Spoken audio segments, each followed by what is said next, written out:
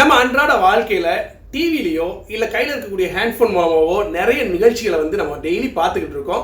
சில பேருக்கு சினிமா சம்பந்தப்பட்ட நிகழ்ச்சிகள் பார்க்க பிடிக்கும், சில பேருக்கு அரசியல் சம்பந்தப்பட்ட நிகழ்ச்சிகள் பிடிக்கும், சில பேருக்கு பல்வேறு நிகழ்ச்சிகள் பார்க்க பிடிக்கும். ஆனா எத்தனை பேருக்கு பிரயோஜனமான நிகழ்ச்சிகள் பார்க்க பிடிக்குங்கிறது அவங்கவுங்களுக்கு தான் தெரியும்.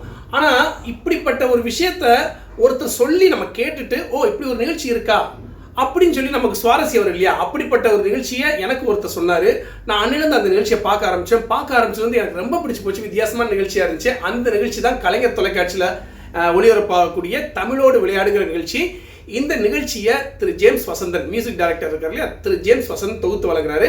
இந்த நிகழ்ச்சியில பங்கேற்கக்கூடிய அத்தனை பேரும் பள்ளி மாணவர்கள், தமிழ்நாட்டில் இருக்கக்கூடிய அத்தனை பள்ளியில் இருக்கக்கூடிய மாணவ மாணவிகள் இந்த நிகழ்ச்சியில கலந்துக்கிட்டு பரிசு வாங்குறாங்க. இது பல ஆண்டுகள் அந்த நிகழ்ச்சி நடந்துகிட்டு இருக்கு. அது மட்டும் இல்லாமல் இந்த நிகழ்ச்சியில கலந்துக்கிட்டு 3 அணிகள் கலந்துக்குவாங்க இல்லையா? 3 பள்ளியிலேருந்து 3 விதமான அணிகள் கலந்துக்கிடுவாங்க. இந்த 3 அணிகள்லேருந்து முதல் 2 வெற்றி பெற்ற அணிகள் அடுத்த சுற்றுக்கு தகுதி பெறும். ஒரு அணி தோற்று வெளியேற்றப்படும்.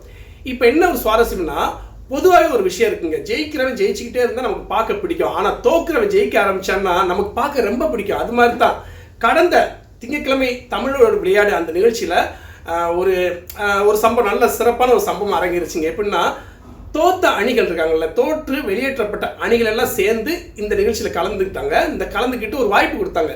இதில் ஜெயிக்கிற ஒரு 2 அணிகள் அடுத்து நடக்கக்கூடிய காலிறுதி சுற்றுக்கு தகுதி பெற மாதிரி. உண்மையிலே இந்த ஐபிஎல் நடக்க போகுது இல்லையா? இப்போ அடுத்த இன்னும் கொஞ்சம் நாட்களில் ஐபிஎல் மேட்சாக ஆரம்பிக்கிறோம். அந்த மேட்ச் எப்படி விறுவிறுப்பாக போகும், அதை காட்டிலும் நல்லா விறுவிறுப்பாக போச்சு இந்த கடந்த திங்கட்கிழமை நடந்த தமிழோடு விளையாடு நிகழ்ச்சி. மாணவ மாணவிகளும் சும்மா சிறப்பாக தங்களுடைய தமிழ் புலமையை வெளிப்படுத்துறாங்க, தமிழ் திறமையை வெளிப்படுத்துறாங்க. நானும் நிறைய வார்த்தைகள் கற்றுக்கிட்டேன். இப்போ உதாரணத்துக்கு பார்த்தீங்கன்னா, வானம் அப்படிங்கிறதுக்கு தமிழில் பார்த்தீங்கன்னா மாற்று சொல் இருக்கும். ஆனால் அன்னைக்கு நான் ஒரு நிகழ்ச்சி பார்த்துட்டு இருக்கப்ப ஒரு பொண்ணு சொல்லிச்சு, ஒரு மாணவி சொல்லிச்சு, வானம்னா விசும்புங்கிற ஒரு வார்த்தை சொல்லிச்சு. விசும்புனா வானம்ங்கிற ஒரு அர்த்தம் இருக்குங்கிறது, ஒரு பொருள் இருக்குங்கிறது அன்னைக்கு தான் எனக்கே தெரியும். ஸோ அந்த ப்ரோக்ராம் ரொம்பவே அருமையாக இருந்துச்சு. தோற்ற அணிகளெல்லாம் பங்கேற்று அதில் வெற்றி அடைஞ்சு, தோற்ற அணிகளில் 2 அணி வெற்றி அடைஞ்சு அடுத்த காலிறுதி சுற்றுக்கு போச்சு. ஒரு அணி வெளியேறிச்சு. ஆனால் இதில் திரு ஜேம்ஸ் வசந்தன் சொல்லுவார் எப்பயுமே, நீங்கள் தோத்துட்டீங்கன்னு சொல்லி வருத்தப்படாதீங்க. இந்த நிகழ்ச்சியில் எவ்வளவோ தமிழ் விஷயங்கள் கற்றுக்கிறீங்க, தமிழ் வார்த்தைகள் கற்றுக்கிறீங்கன்னு சொல்லி அவர் சொல்லி ஊக்கப்படுத்துவார். அது மட்டும் இல்லாமல் இந்த நிகழ்ச்சியில் திருக்குறள் ரவுண்ட் இருக்குங்க, திருக்குறள் சுற்றுன்னு சொல்லி ஒரு சுற்று இருக்குது. இந்த சுற்று பார்க்க ரொம்ப அருமையாக இருக்கும்.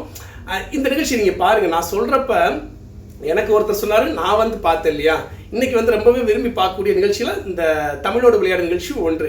அது மாதிரி நீங்களும் பாருங்கள். இந்த தமிழோடு விளையாடு நிகழ்ச்சி கண்டிப்பாக உங்களுக்கு பிடிக்கும். நீங்கள் மட்டும் உட்காந்து பார்க்காதீங்க, உங்களுடைய குழந்தைகளோட உட்காந்து பாருங்கள். கண்டிப்பாக உங்களுக்கு இந்த தமிழோடு விளையாடு நிகழ்ச்சி கண்டிப்பாக பிடிக்கும்.